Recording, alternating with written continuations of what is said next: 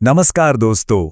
आज के इस खास एक्सप्लेनर में हम सीधे एक ऐसे रहस्य की गहराइयों में उतरने वाले हैं जो सदियों पुराना है। जरा सोचिए, मध्य प्रदेश की वादियों में बसा एक खूबसूरत सा गांव बेरमपुर। बाहर से एकदम शांत, लेकिन इसके सीने में 400 साल पुराना एक खौफनाक राज दफन है।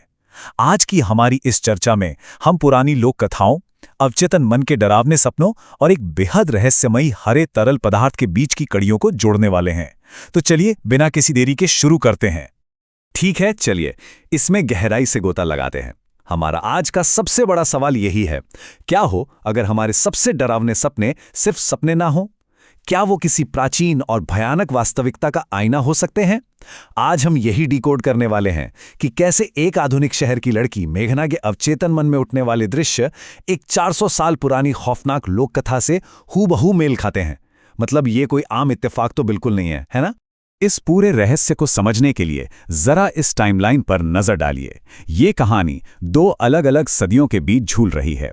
शुरुआत होती है पूरे 400 साल पहले, जब मदन नाम का एक युवक बेरमपुर के घने जंगल में रहस्यमयी तरीके से गायब हो जाता है।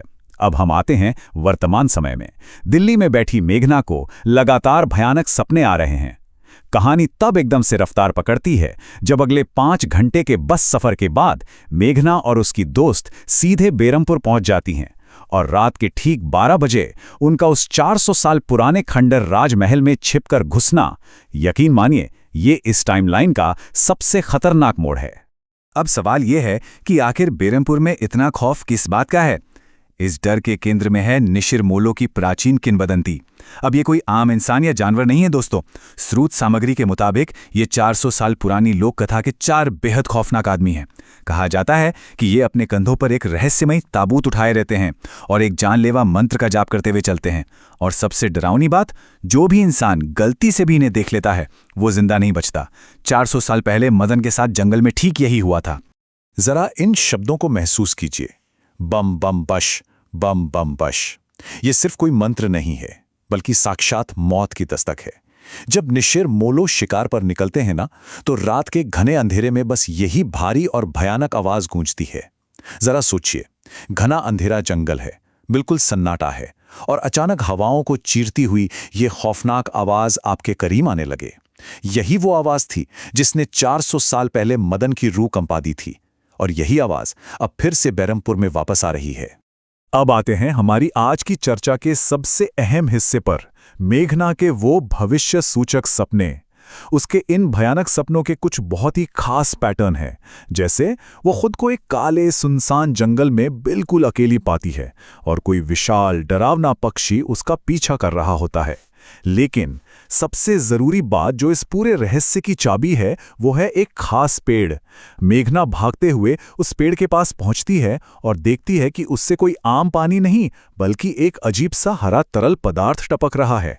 ये हरा तरल सिर्फ एक बुरा सपना नहीं है, बल्कि किसी बहुत ही असली और प्राचीन चीज की तरफ एक बड़ा इशारा है।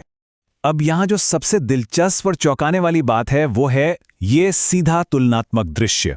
देखिए, एक तरफ हमारे पास मेघना के अवचेतन मन का वो सपना है, वही रहस्यमयी हरा पानी टपकने वाला पेड़, और दूसरी तरफ दिल्ली की लैब में उसकी सहकर्मी इशिता को मिली एक असली प्राचीन लोक कथाओं की किताब। इस किताब के पन्नों पर बिल्कुल उसी पेड़ का चित्र बना हुआ है जो मेघना रोज अपने सपने में देखती है। मतलब सोचिए, मनोवैज्ञानिक सपने और अलौकिक दुनिया यहां आकर आपस में टकरा रहे हैं। मेघना का सपना कोई भ्रम नहीं, बल्कि एक प्राचीन सत्य का बिल्कुल सटीक नजारा था। उस किताब से पता चलता है कि ये रहस्यमयी चीज असल में मृत्युंजय अमृत है। ये एक बेहद दुर्लभ हरा तरल पदार्थ है। लोक कथाओं के अनुसार ये तरल केवल और केवल पूर्णिमा की रात को उसी खास पेड़ से टपकता है। अब मेघना और इशिता ठहरी लैब रिसर्चर्स।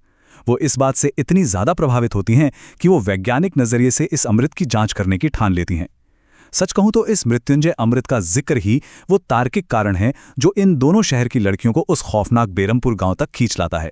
और इसके बाद तो जैसे कहानी ने पूरी रफ्तार पकड़ ली हो।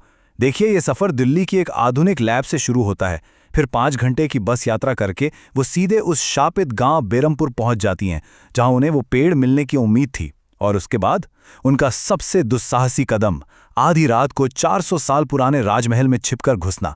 ये सफर ऐसा है जैसे आप आधुनिकता की दुनिया से निकलकर सीधे किसी अंधेरे प्राचीन अतीत में छलांग लगा रहे हों, एक ऐसा अतीत जो अभी पूरी तरह से मरा नहीं है।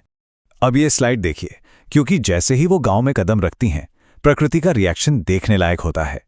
उनके पहुंचने से ठीक पहले तक चिलचिलाती गर्मी और तेज धूप थी, लेकिन गांव का प्रवेश द्वार पार करते ही सब कुछ बदल जाता है।